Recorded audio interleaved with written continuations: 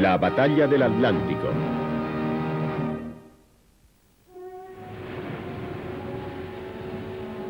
...3 de septiembre de 1939...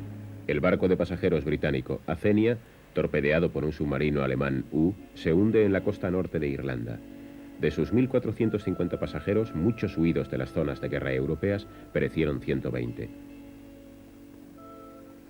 El hundimiento del Athenia pone de manifiesto un hecho brutal. Aunque la Segunda Guerra Mundial ha comenzado hace pocas horas, la batalla del Atlántico está en marcha.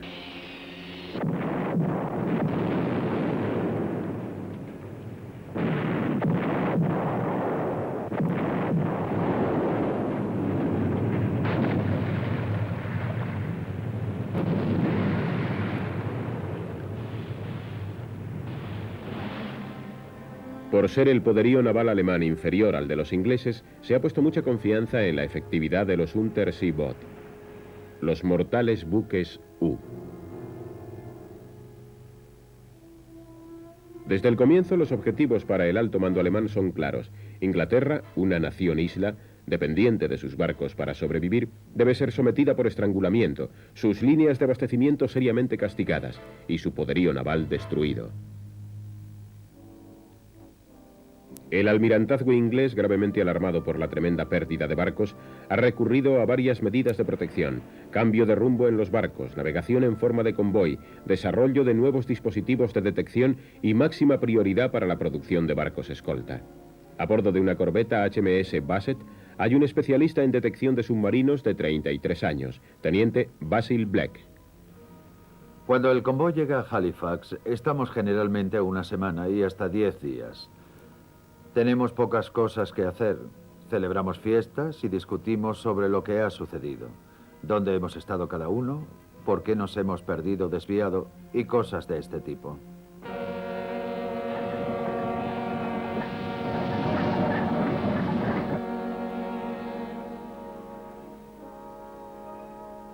Hay un sentimiento de intensa depresión cuando el convoy se mueve otra vez. Los capitanes de los barcos escolta nos han indicado el rumbo del convoy y las acciones evasivas que vamos a realizar. Algunos convoyes van terriblemente despacio, por debajo de los 6 nudos, y uno se pregunta si llegará alguna vez a desembarcar. El viaje parece eterno, eterno, eterno. La guerra de submarinos es una guerra de escucha. Se nos permite romper el silencio de la radio solo cuando se produce el hecho de enemigo localizado, es decir, cuando entramos en contacto con el enemigo. Esta tranquilidad es probablemente una de las peores cosas para el hombre: estar encerrados lejos del mundo, estar constantemente a la escucha, procurar a toda costa detectar al enemigo.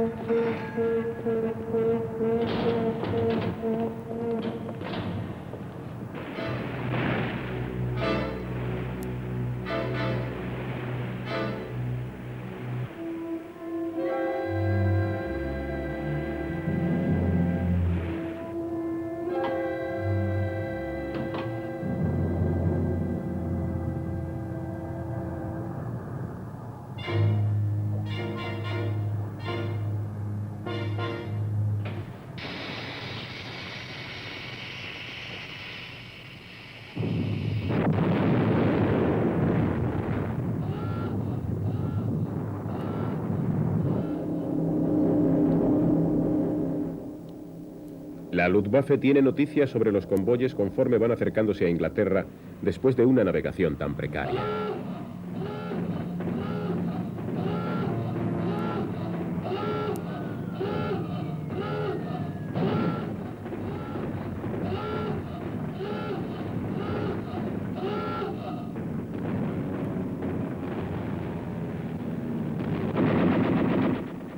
Casi siempre se nos está acechando, si no atacando.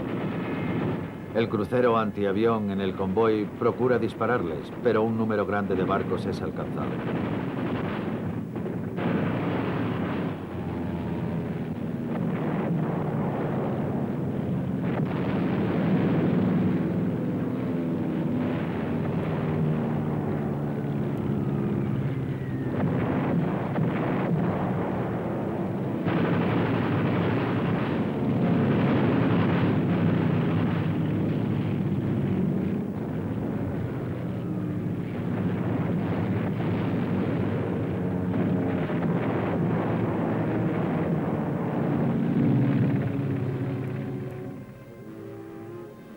En verano de 1940, los bombardeos alemanes sobre los barcos en el Canal de la Mancha se convierten en una trampa mortal. Solo un buque U en 10 meses cuenta en su haber con más de 400 barcos británicos hundidos, el equivalente a más de 1 millón de toneladas de carga en barcos mercantes. En diciembre, los submarinos U se anotan otros 300 barcos aliados, con un costo para Alemania de solo 24 submarinos. Frecuentemente, después de un ataque, salimos destacados para buscar supervivientes. Lanzamos redes de trepa a ambos lados del buque y navegamos con mucho interés dentro del área, avanzando y retrocediendo en la zona del naufragio. Buscar supervivientes es muy desagradable. Uno ve hombres ahogados y es demasiado tarde para ayudarles. Se nos prohíbe lanzar pequeños botes y no se nos permite detenernos para no ser un blanco fijo. Los supervivientes llegan por ambos lados, algunos en balsas, otros nadando, y entonces suben por los costados del barco trepando por las redes.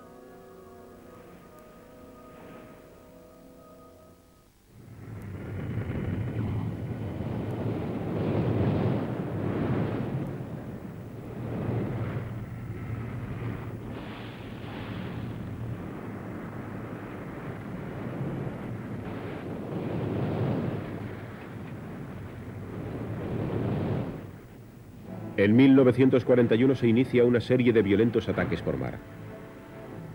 Hitler anuncia al Reichstag: en la primavera nuestros submarinos U serán renovados y Gran Bretaña se dará cuenta de que no dormimos. La producción alemana de submarinos es de 10 al mes, con mayor énfasis en el tipo 7, de unas 700 toneladas. Llevan 12 torpedos, 42 miembros de tripulación y tienen una autonomía de 6.500 millas náuticas.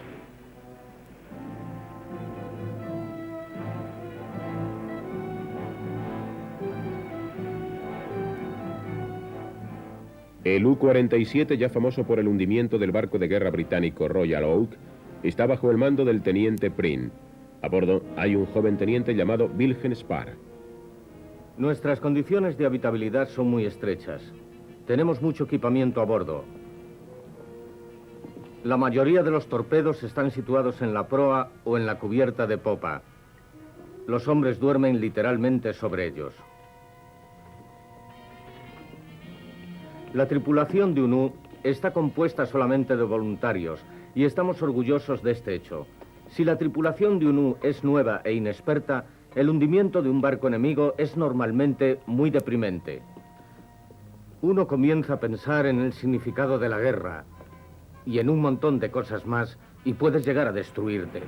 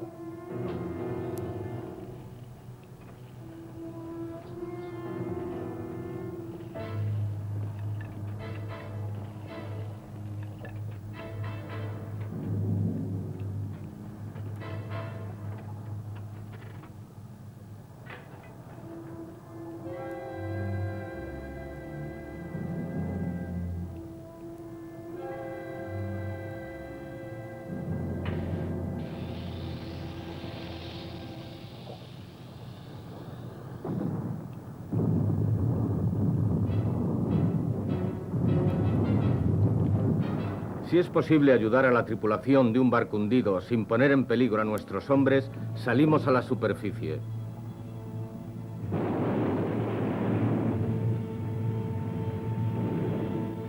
Lanzamos botes salvavidas y los supervivientes son rescatados y ayudados a meterse en las balsas de salvamento. Nosotros les proporcionamos agua, alimentos, cigarrillos y ron y ofrecemos los primeros auxilios a los heridos. Si es posible, nos comunicamos por radio con algún barco neutral en el área y a veces intentamos remolcar la tripulación entera en sus balsas. Todo esto es posible si la defensa enemiga no nos lo impide.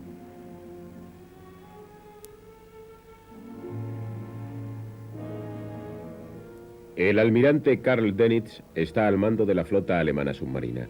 Como las medidas de defensa del enemigo están fortaleciéndose, traza unas nuevas tácticas de guerra. Ordena que los buques U extiendan sus búsquedas más allá de los accesos del oeste de Inglaterra para rastrear y atacar convoyes a lo largo de todas las rutas de navegación del Atlántico. El primer submarino U que aviste un convoy informa por radio sobre su posición y rumbo. Los submarinos vecinos se reúnen enfrente del punto designado. Entonces, cubiertos con el velo de la oscuridad, los U reunidos se acercan para atacar. Este es el apogeo de la Die Rudeltaktik, la llamada Wolfpack-Technik.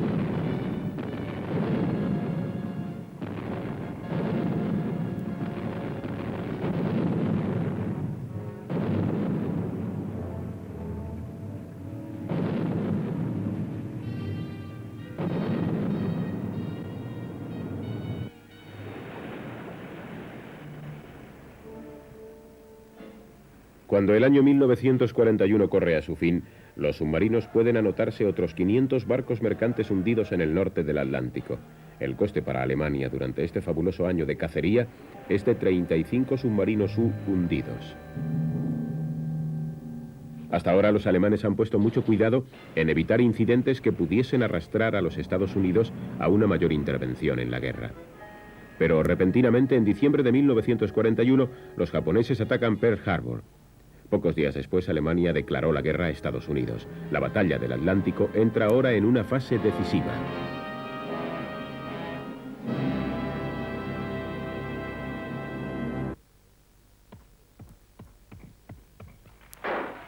Con la entrada de América en la guerra, las construcciones navales se incrementan.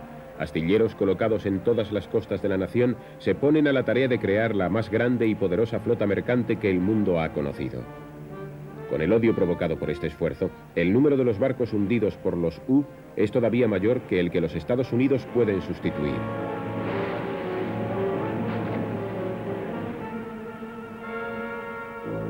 Petroleros solitarios navegando por la costa norteamericana cercana a zonas muy pobladas son un blanco particularmente atractivo.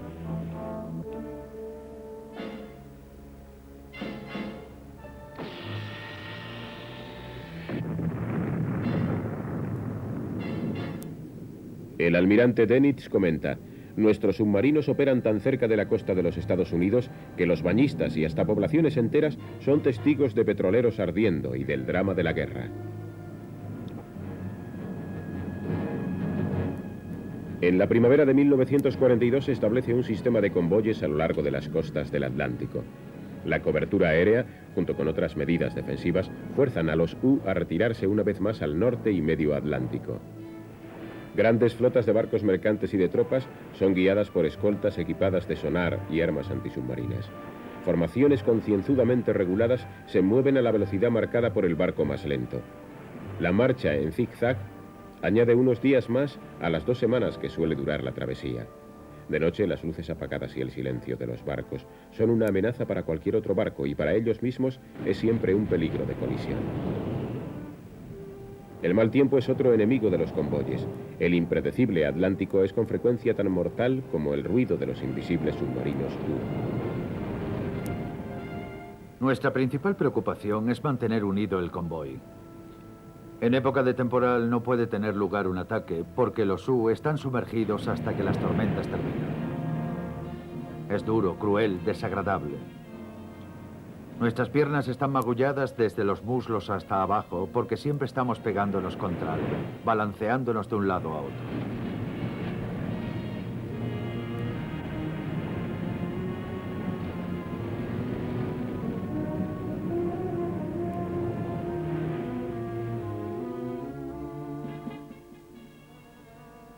Hay siempre a bordo de un destructor un oficial senior de convoy. Recibimos de él un informe que dice que la silueta de un U está situada en una cierta área.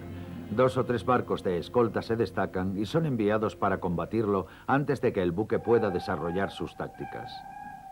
Enviamos una señal y recibimos su eco. Cuando estamos en un ataque, las señales se acortan. Podemos saber por la clase de sonido si el contacto está cerca o lejos.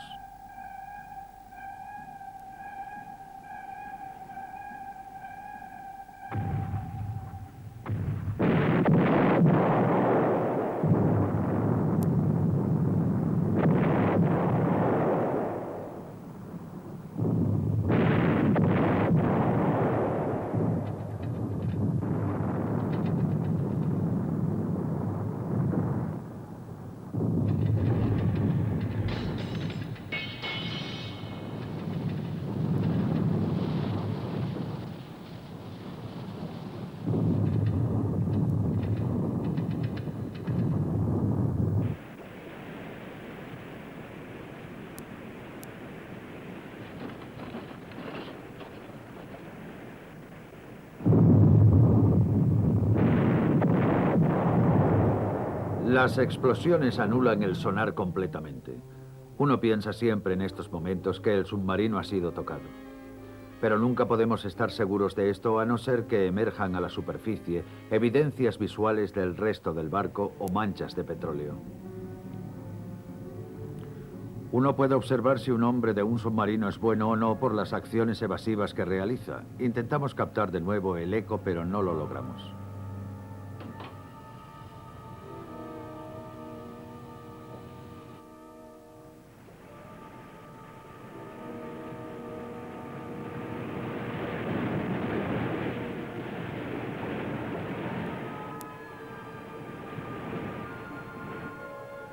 Al anochecer salimos a la superficie. Levantamos la guardia. Qué poca cosa nos parece nuestro pobre submarino.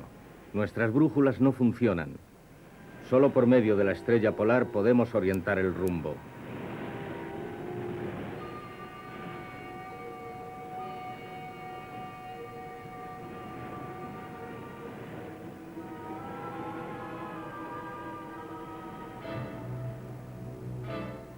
En las afueras de Burdeos encontramos un barco enemigo. Nos sumergimos y nos preparamos para el ataque.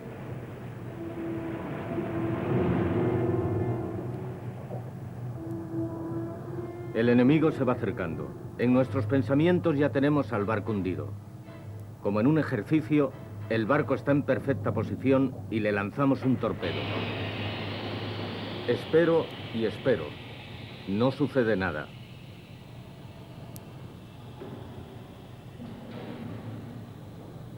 El torpedo es como un boomerang. Vuelve hacia nosotros.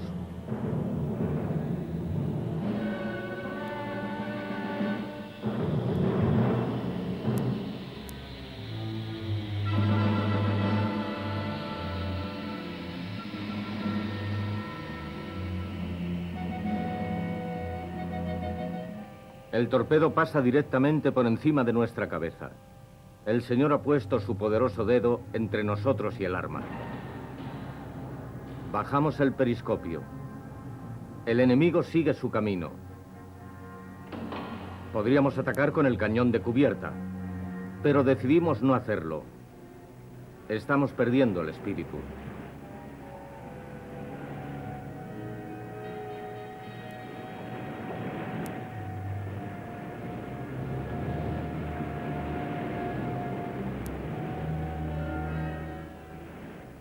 La tensión que se produce por estar tantas semanas en el mar, en condiciones difíciles y tensas, se alivia solo al llegar a puerto.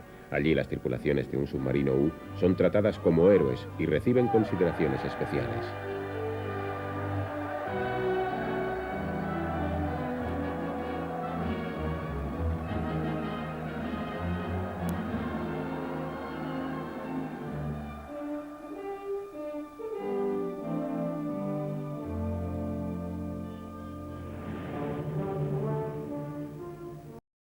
Las escoltas de los convoyes son reforzadas con portaaviones Baby. Nuevos explosivos, nuevos tipos de sonar, hidrófonos, alambradas y torpedos, todo contribuye a un proyecto total de medidas antisubmarinas. Todavía los triunfos de los U alcanzan su cota más alta en noviembre de 1942. 117 barcos aliados son hundidos. Este es un número que encubre el hecho de que también se ha producido el hundimiento de más submarinos que nunca.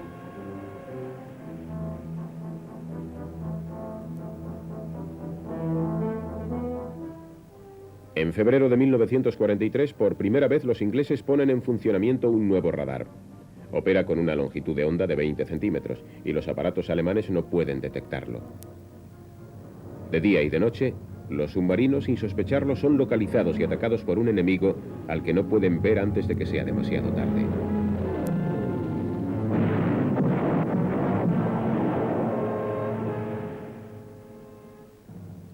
En junio, el poder aliado, con métodos científicos revolucionarios, ha sellado el destino de los submarinos U. De los 235 submarinos en acción, 84 han sido destruidos en los últimos 3 meses. Con este incremento de pérdidas alemanas, se ha producido el correspondiente descenso en los hundimientos de la flota aliada. Los cazadores, al fin, se han convertido en cazados. En 1944, el teniente Wilhelm Spahr es destinado a Danzig como asesor técnico en la construcción de un tipo más poderoso de buques U. El fin de la guerra lo encontrará en un hospital de Hamburgo. En el invierno de 1943, el teniente Basil Bleck es destinado al Estado Mayor de la Francia Libre del general de Gaulle en Londres. Más tarde pasa a Nueva York como oficial naval de enlace. El año 1943 marca el punto de inflexión en la batalla del Atlántico. Esto significa que los U han perdido la iniciativa. Todavía pasarán muchos meses antes de que vuelva la paz a las aguas neutrales.